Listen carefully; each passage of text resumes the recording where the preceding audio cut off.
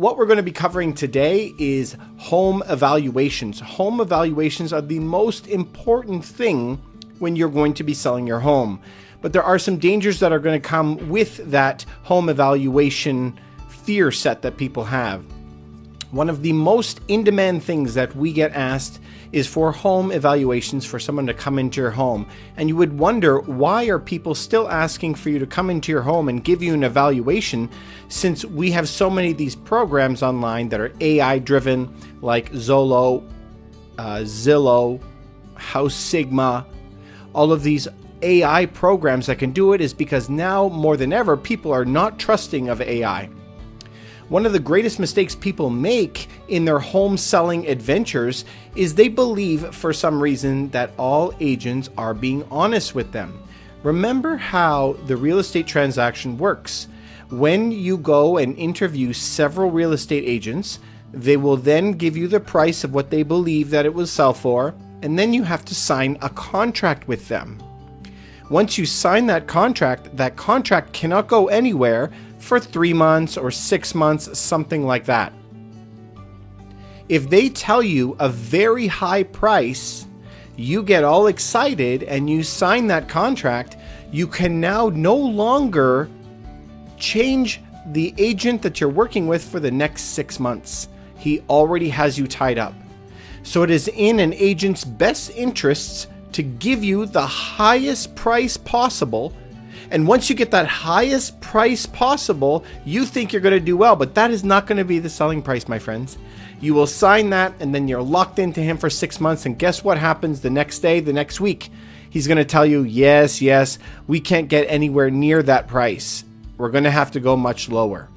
So you were just taken by somebody. So remember, interviewing different agents, it doesn't matter what the price he's going to tell you for the home.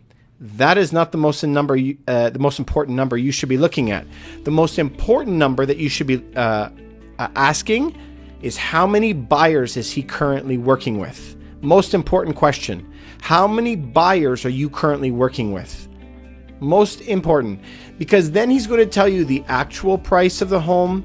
Depending on how many buyers he has, he'll have a really good idea of what that home will sell for. You're more interested in the process, not the price. How many buyers does he have? How will you advertise? Will you be advertising online, on Google, on LinkedIn, on Facebook? How will you be advertising my property? How will you have my best interests at heart? That's what you should be thinking about. So, what we're going to go into today is a little bit of what I call the rough rules. You need to follow rough rules in order to be able to evaluate your home for yourself, so that wherever you are, any country, any city, you're going to have the best chances of making the most money on your home.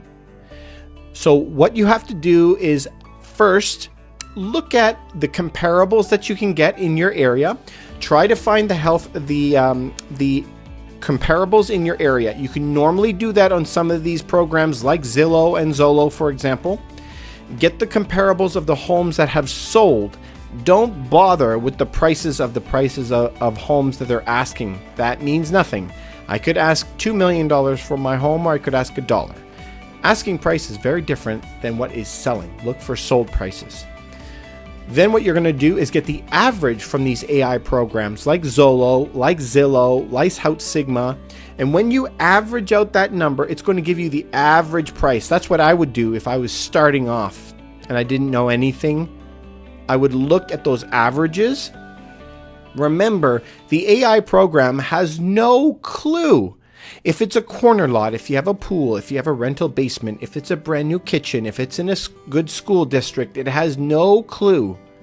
All it knows is that this is a 3-bedroom, for example, property. That's all it knows. So you're going to get an average. Here's your baseline. It knows that an average 3-bedroom, 2-bath home in this area sells for this. It doesn't even know if the basement is finished or not. So what you have to do from that point is now you have a base price. But remember, these AI programs are usually wrong. But we want to get a baseline. So we're going to get that baseline from those AI programs. Right after that is where we're going to continue down our rough rules road, and we're going to use that, and then we're going to build upon that price. So, first of all, lot premium. What is a lot premium? That means it's a more in-demand property. What kind of properties are more in demand?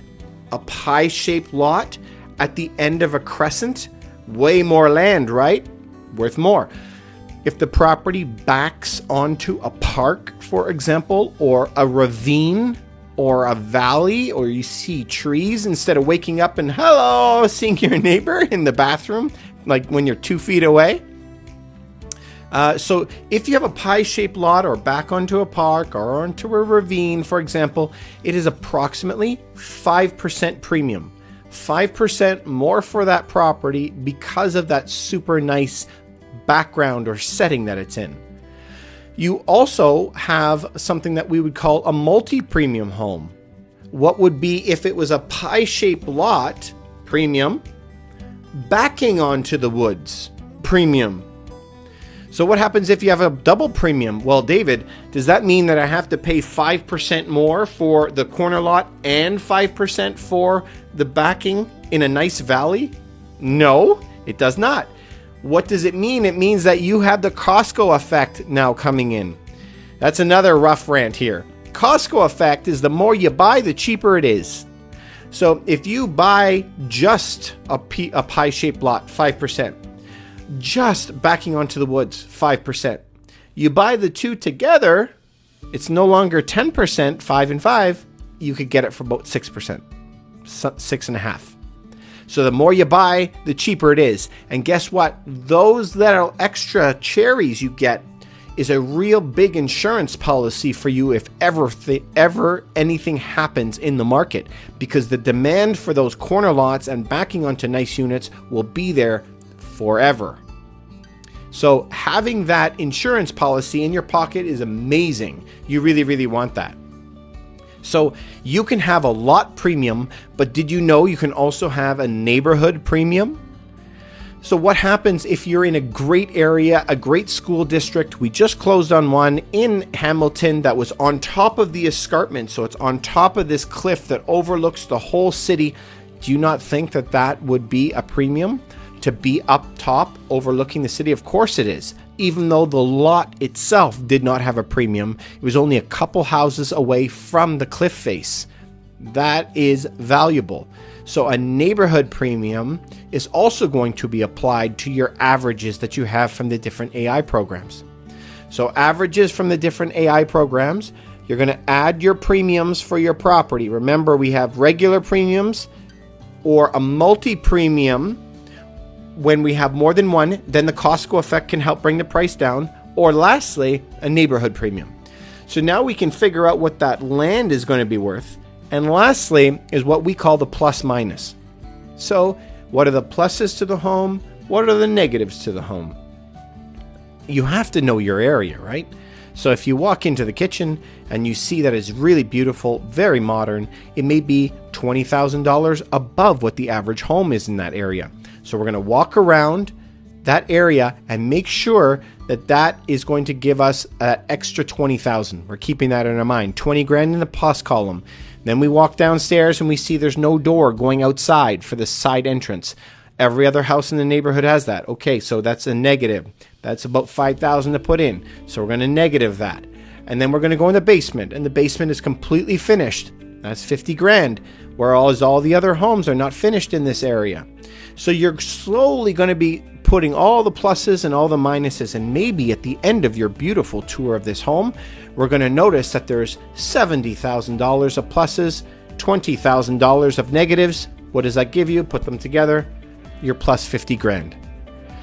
That is how you're going to find the prices of your properties. Okay, so in summary, the AI programs, which give you your averages, that's something to build on. Now we're going to build into the lot premiums or neighborhood premiums, and then the plus minus. That gives you the price of your home. That's how we approach everything. Remember, if we're going to do commercial, that's completely different. But in these homes, we want to make sure that those numbers are going to come out to our numbers as long as the property is in average condition. Of course, if it's above condition, our plus minuses, when we do that, the pluses will be way higher. And so it'll push the value of the property up. But that's how it works. Hopefully that gives you a little bit of handout. So once you have all this great information, what are you supposed to do with it? And that's where you need to get a really good realtor. Once you get your really good realtor working with you, you're going to find out what is the thing I asked you to ask first? You always find out how many people is he working with? How many buyers is he working with?